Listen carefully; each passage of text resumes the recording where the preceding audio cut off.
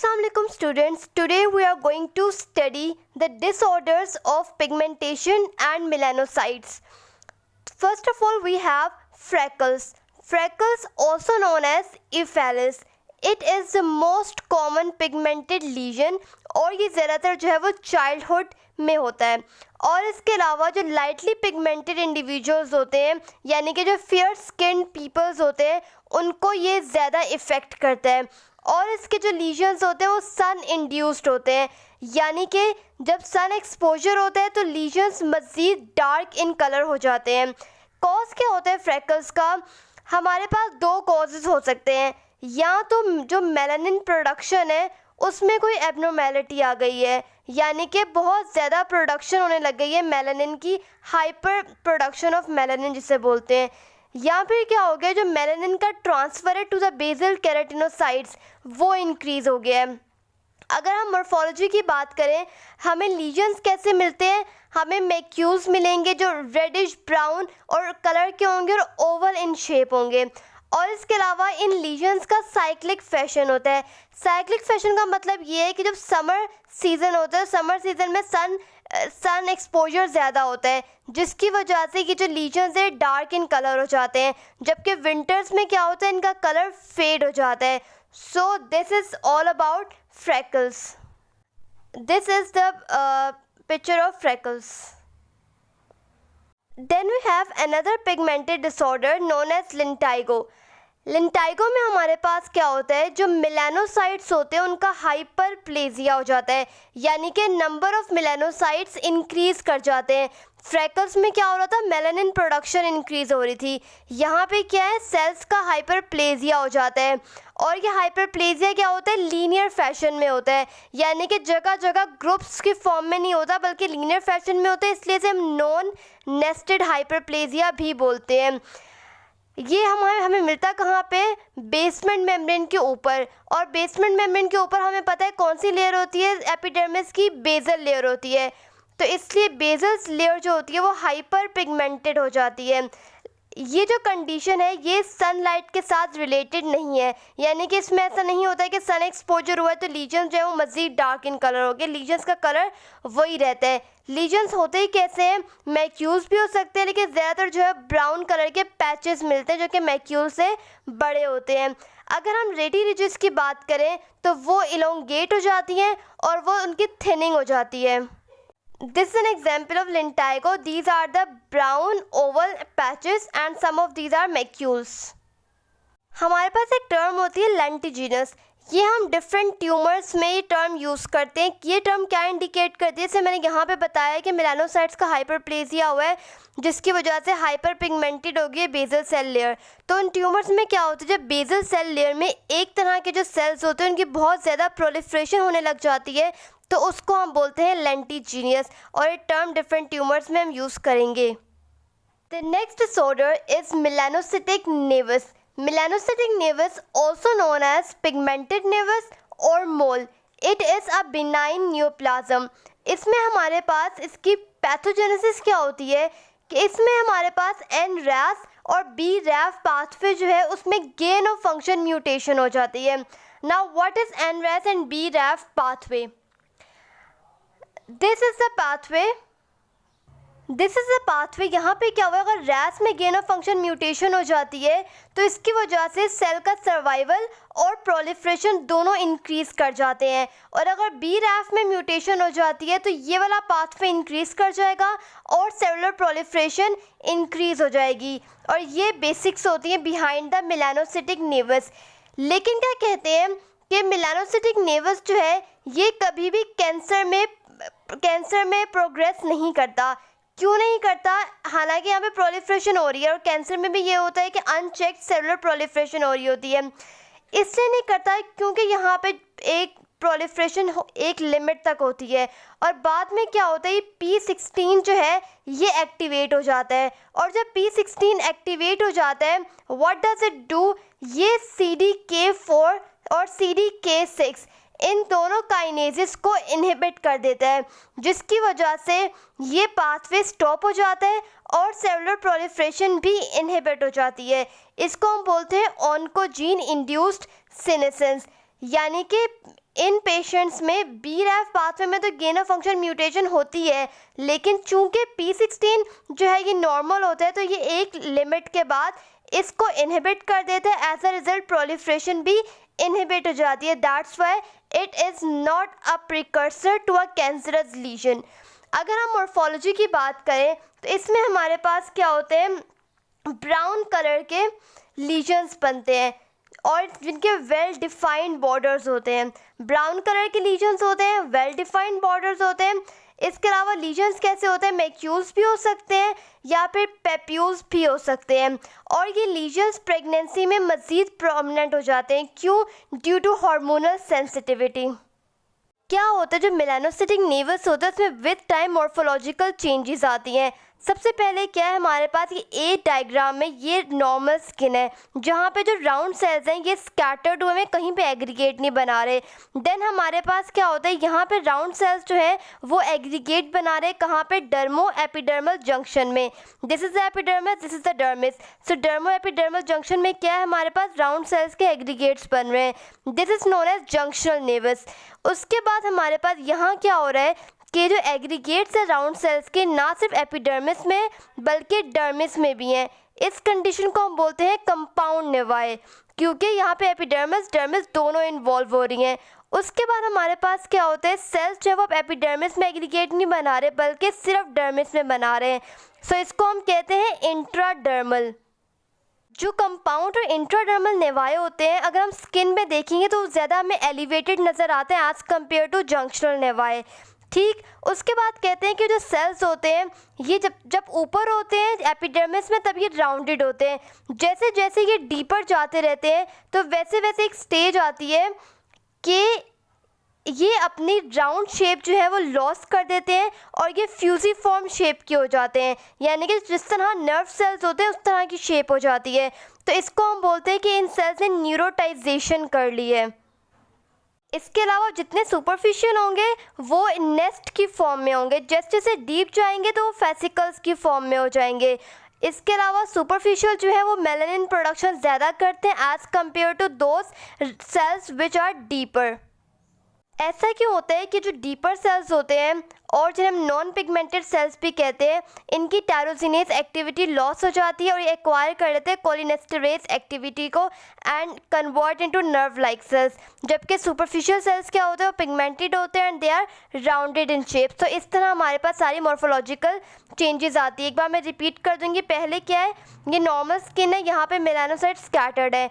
Then nest of round cells बन के dermo epidermal junction में नोन एज जंक्शनल नेवाए। उसके बाद ये नेस्ट एपिडर्मिस डर्मिस दोनों में it is known as compound nevi, और यहाँ सिर्फ और सिर्फ डर्मिस में नोन एज इंट्राडर्मल नेवाए। और आगे जाके क्या होगा, जितना डीपर जाएगा वैसे वैसे फेसिकल्स बन रहे और न्यूरोटाइजेशन हो गई है। So this is all about melanocytic nevus. Now we are going to do dysplastic nevus. Dysplastic nevus, it's very important to know. क्यों?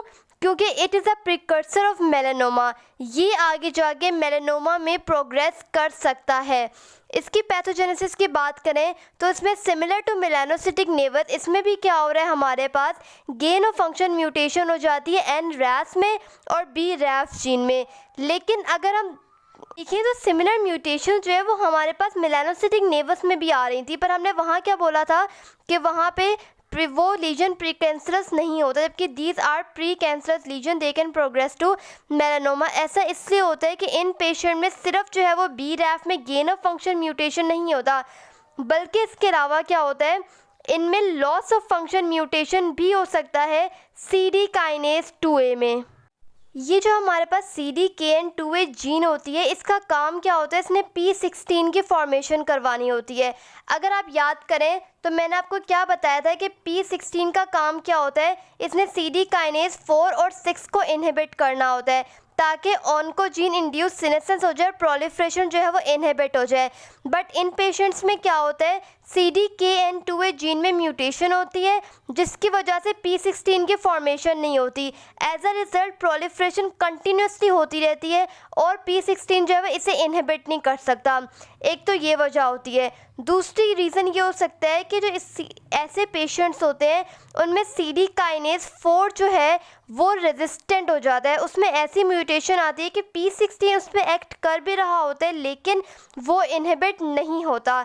सो BRAF की म्यूटेशन अपनी जगह, इसके अलावा ये 2 तरह की म्यूटेशंस आ सकती हैं जिसकी वजह से हम कहते हैं कि डिस्प्लास्टिक नेवस जो है कि मेलानोमा का प्रिकर्सर होता है, इट कैन बी कैंसरस। इस प्लास्टिक नेवस में भी ऐसे होता है कि पहले डर्मो एपिडर्मल जंक्शन पे क्या होता है, जो नेवस सेल्स होते हैं वो बेसल सेल लेयर को रिप्लेस करते हैं और यहाँ पे रिप्लेसमेंट ज़्यादा हो जाती है। इसको मैंने बताया था कि हम क्या कहते हैं इस चीज़ को लेंटिजीनियस। जब सिमिलर सेल्स प्रोलिफरेट करें बेसल सेल लेयर में उसको हम बोलते हैं लेंटिजीनियस। सो इसको हम बोलेंगे लेंटिजीनियस जंक्शनल नेवाई, क्योंकि एक तो ये डर्मो एपिडर्मल जंक्शन को इन्वॉल्व कर रहा है। उसके बाद क्या होते हैं नेवस सेल्स जो है मिलकर नेस्ट बनाते हैं और कोइलीज कर जाते हैं एक दूसरे के साथ। ये देखें ये बहुत ज़्यादा सेलुलर प्रोलिफरेशन हुई और बहुत ज़्यादा उन्होंने नेस्ट बना लिया है। इसके अलावा क्या होता है इन सेल्स में से मेलानिन रिलीज होने लग जाता है, इसको हम बोलते हैं मेलानिन इनकॉन्टिनेंस हो जाती है। जब मेलानिन रिलीज होता है तो फ़ौरन से मैक्रोफेजेस आते हैं ताकि वो इस मेलानिन की फेजोसाइटोसिस कर सकें। एज अ रिजल्ट वो मैक्रोफेजेस अपने ग्रोथ फैक्टर्स भी रिलीज करते हैं which leads to linear fibrosis. जो ब्लू लाइंस नज़र आ रही है दिस इज़ लीनियर फाइब्रोसिस। और इस स्टेज में हमारे पास क्या होता है जो सेल्स होते हैं उनमें हमें साइटोलॉजिक एटिपिया भी मिलने लग जाते हैं। Now what is साइटोलॉजिक atypia?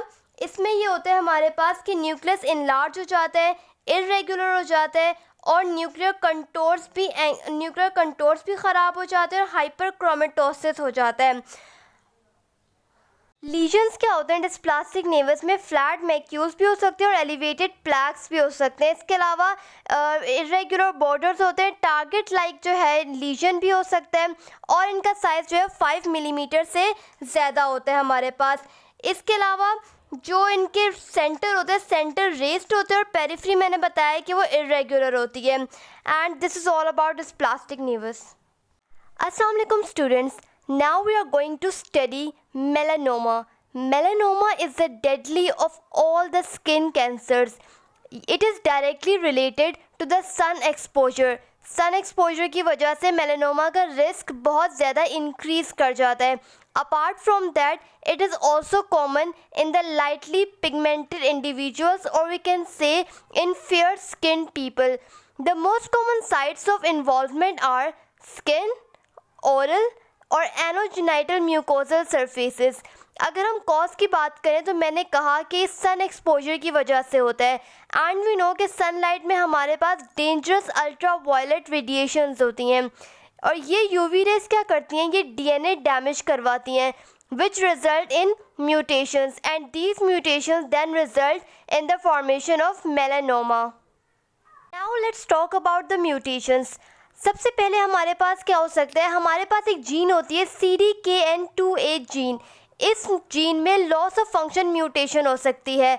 Normally इस जीन का काम क्या होता है P14, P15 और P16 की फॉर्मेशन करना और ये तीनों हमारे पास क्या होते हैं ट्यूमर सप्रेसर जीन्स होती हैं और जब इस जीन में म्यूटेशन हो जाती है एज अ रिज़ल्ट हमारे पास ये ट्यूमर सप्रेसर जीन्स की फॉर्मेशन नहीं हो रही होती। और अगर हम इस चार्ट को देखें और हमने पहले ही पढ़ा था कि व्हाट P16 डज, ये CD काइनेज 4 और CD काइनेज 6 को इनहिबिट करता है जिसकी वजह से जो BRAF पाथवे ये इनहिबिट हो जाता है। As a result proliferation inhibit हो जाती है जबकि यहाँ पे हमारे पास क्या हो रहा है P16 ही नहीं बन रहा, एज अ रिज़ल्ट प्रोलिफरेशन भी इनहिबिट नहीं होगी। सेकेंडली जो P14 है, P14 का काम होता है MDM2 को इनहिबिट करना।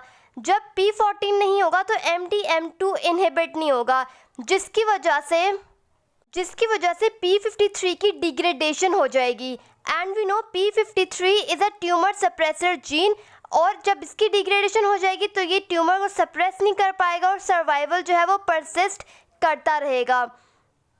सेकेंडली हमारे पास क्या हो सकता है RAS पाथवे, BRAF और PI3 के इन तीनों पाथवेज में क्या हो जाए अगर गेन ऑफ फंक्शन म्यूटेशन हो जाए। This is the RAS। अगर RAS में गेन ऑफ फंक्शन म्यूटेशन होगी दोनों पाथवेज हमारे पास इंक्रीज हो जाएंगे। यहाँ पर सिर्फ PI3K में गेन ऑफ फंक्शन म्यूटेशन हो, यहाँ पर बी रैफ में, ये it all leads to formation of melanoma. Then हमारे पास होता है P10। P10 का काम क्या होता है, ये PI3 को AKT में कन्वर्ट होने से इनहिबिट करता है। अगर इस जीन में लॉस ऑफ फंक्शन म्यूटेशन हो जाए तो ये प्रोसेस इनहिबिट नहीं होगा, as a result pathway increase कर जाएगा। देन हमारे पास आता है ट्यूमर सप्रेसेंट न्यूरोफाइब्रोमिन 1। ये इसका काम क्या होता है, it is a negative regulator of RAS. तो अगर इसमें लॉस ऑफ फंक्शन म्यूटेशन हो जाए तो रैस जो है वो इनहिबिट नहीं होगा, as a result proliferation enhance हो जाएगी। देन हमारे पास क्या आता है टर्ट का काम क्या होता है, टू रीएक्टिवेट टीलोमरेज। अगर इसमें गेन ऑफ फंक्शन म्यूटेशन हो जाए, बहुत ज़्यादा टीलोमरेज एक्टिविटी इंक्रीज हो जाती है, एज अ रिजल्ट सेल्स जो है वो सिनेसिस में नहीं जाते और वो कॉन्स्टेंटली प्रोलिफरेट करते रहते हैं। So this is all about mutations. मैंने बहुत इसको शॉर्ट करके जो बहुत इंपॉर्टेंट बातें थी वो यहाँ पे लिख दी है, इस तरह याद करना बहुत ईजी हो जाएगा। Now let's talk about the morphology of melanoma. सबसे पहली बात कि जो मेलानोमा का लीजन होता है उसमें कलर वेरिएशंस बहुत ज़्यादा होती हैं। ये ब्लैक के शेड्स में भी हो सकते हैं, it can B brown, red, dark blue and grey. So colour variation हमें बहुत ज़्यादा मिलेंगी। इसके अलावा बीच में हमें फ्लैश कलर्ड एरियाज में मिल सकते हैं, हाइपोपिगमेंटेशन भी मिल सकती है। सेकेंडली अगर बॉर्डर्स की बात करें तो बॉर्डर्स जो है वो ज़्यादातर इरेगुलर होंगे और नॉच्ड बॉर्डर्स होते हैं। उसके बाद डिफरेंट फेजेस आते हैं मेलानोमा में। सबसे पहले हमारे पास आता है रेडियल ग्रोथ। रेडियल ग्रोथ का मतलब क्या होता है कि ट्यूमर जो है वो हॉरिजॉन्टली स्प्रेड करता है विद इन द एपिडर्मिस और डर्मिस, यानी कि वो नीचे की तरफ इन्वेट नहीं करा बल्कि वो सुपरफिशियली स्प्रेड करता है। तो अगर रेडियल ग्रोथ है उस टाइम तक सेल्स के अंदर मेटास्टैटिक कैपेसिटी जो है वो नहीं होती, अभी मेटास्टेसिस नहीं होती। देन अगेन इसके हम 3 फेजेस होते हैं, 3 क्लासेस होती है। सबसे पहले हमारे पास आता है लेंटाइगो मैलिग्ना। लेंटाइगो मैलिग्ना क्या होता है, ये एक इंडोलेंट लीजन होता है, यानी कि एग्रेसिव नहीं होता, ये इतना स्प्रेड नहीं करता। ये जो लीजन है ये रेडियल ग्रोथ में बहुत ज़्यादा अरसे तक परसिस्ट करता रहता है विदाउट इन्वेजन। उसके बाद हमारे पास आता है सुपरफिशियल स्प्रेडिंग। सुपरफिशियल स्प्रेडिंग का मतलब क्या है कि ये सन एक्सपोज स्किन को इन्वॉल्व करता है। थर्ड क्लास हमारे पास होती है एक्रल और म्यूकोजल लेंटिजीनियस मेलानोमा। ये क्या होता है, it is unrelated to sun exposure. पहला क्या था, which is indolent lesion and persist for many decades as radial growth. Superficial spreading related to sun exposure, acral lentiginous not related to sun exposure. उसके बाद क्या होता है, बहुत अरसे बाद रेडियल ग्रोथ जो है वो वर्टिकल ग्रोथ में कन्वर्ट होती है and the cell starting to invade deeper into the layers. अब जितना डीप जाएंगे उतना जो है मेटास्टेसिस का रिस्क जो है उतना इंक्रीज होता जाता है। तो यहाँ लिखा हुआ है कि मेटास्टेसिस को relates to the Breslow thickness. Breslow thickness जो है ये हम कैलकुलेट करते हैं फ्रॉम द स्ट्रेटम ग्रैन्युलोसम से लेकर जहाँ तक ट्यूमर सेल्स इन्वेड किए गए हैं वहाँ तक जो थिकनेस होती है उसे हम ब्रेसलो थिकनेस कहते हैं। ये थिकनेस जितनी ज़्यादा इंक्रीज़ करती जाएगी उतना ज़्यादा मेटास्टेसिस का रिस्क भी बढ़ता जाएगा। जैसे हमने नेवस में पढ़ा था कि जैसे जैसे सेल्स जो है वो डीपर जाते रहते हैं वो फेसिकल्स की शेप एक्वायर कर लेते हैं और नर्व सेल्स लाइक बन जाते हैं, लेकिन इस केस में ऐसा नहीं होता। ये जो हमारे पास सेल्स होते हैं ये लार्जर देन मेलानोसाइट्स होते हैं, इनका न्यूक्लियर भी लार्ज होता है और उनके कंटोर्स जो है वो इरेगुलर होते हैं, जैसे कि मैंने पहले भी बताया। क्रोमेटिन की क्लम्पिंग वगैरह होती है और प्रोमिनेंट रेड इजिनोफिलिक न्यूक्लियस होता है। ये सारे हमारे पास हिस्टोलॉजिकल फीचर्स होते हैं। Then will talk about prognostic factors. Prognostic factors जो है वो डिपेंड करते हैं कि ट्यूमर डेप्थ कितनी है, number of mitosis, tumour regression, ulceration, lymphocytes infiltration, gender और लोकेशन पे। फॉर एग्जाम्पल अगर तो ट्यूमर डेप्थ जो है वो इतनी ज़्यादा नहीं है, यानी कि ब्रेसलो थिकनेस कम है, थिन है, इसका मतलब ये फेवरेबल प्रोग्नोसिस इंडिकेट करता है। इसके अलावा और कौन सी चीज़ें हैं जो ये बताती हैं कि इट गुड प्रोग्नोसिस को इंडिकेट करती हैं, दैट इज़ अगर नंबर ऑफ माइटोसिस कम है, ट्यूमर रिग्रेशन जो है वो एब्सेंट है और अल्सरेशन वगैरह नहीं है, और अगर लिम्फोसाइट्स इन्फिल्ट्रेशन भी कम है। ये सब चीज़ें इंडिकेट करती हैं फेवरेबल प्रोग्नोसिस को। इसके अलावा और हमें अगर प्रोग्नोस्टिक फैक्टर्स देखने हैं then what we do sentinel lymph node biopsy. Sentinel lymph nodes are those lymph nodes where first drainage of the cancerous cells occur. If we talk about the clinical features, तो अगर हम legion को देखें तो legion हमारे पास क्या होता है, इसको हम याद रखते हैं ABCDE से। A स्टैंड फॉर कि लीजन जो है वो एसिमेट्रिकल होता है, बॉर्डर्स जो है वो इरेगुलर होते हैं, और मैंने बताया कि कलर्स में बहुत सारी वेरिएशंस शो करता है। थर्ड हमारे पास क्या होता है कि डायमीटर जो है वो इसका ज़्यादा होता है, और ये विद टाइम जो है बहुत रैपिड चेंजेस शो करता है। जितनी ज़्यादा रैपिड चेंजेस शो करेगा इसका मतलब उतना ज़्यादा ये मेटास्टेसाइज होने के चांसेस होते हैं। इसके अलावा ज़्यादातर जो है ये एसिम्प्टोमेटिक होता है। अगर सिम्टम्स होते हैं then it can be itching और pain and lesions are more than 10 millimetre.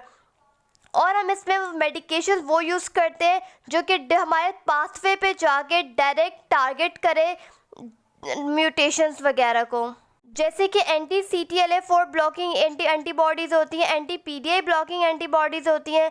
So this is the short summary of melanoma.